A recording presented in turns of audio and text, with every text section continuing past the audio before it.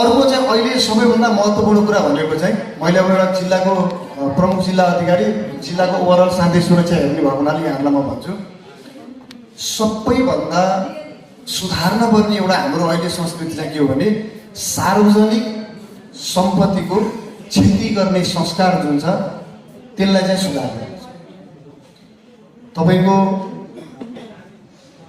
सरकारसँग रिस उठ्यो विरोध गर्न पाइन्छ वाक स्वतन्त्रता छ संविधानले दिएको छ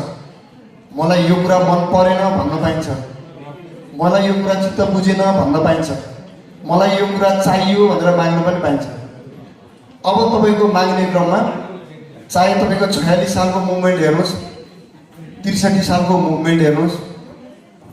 अस्तिको मुभमेन्ट हेर्नुस् र बीचबीचमा विभिन्न खालका सामाजिक रूपमा राजनीतिक रूपमा भएका प्रदर्शनहरू हेर्नुस् जहाँ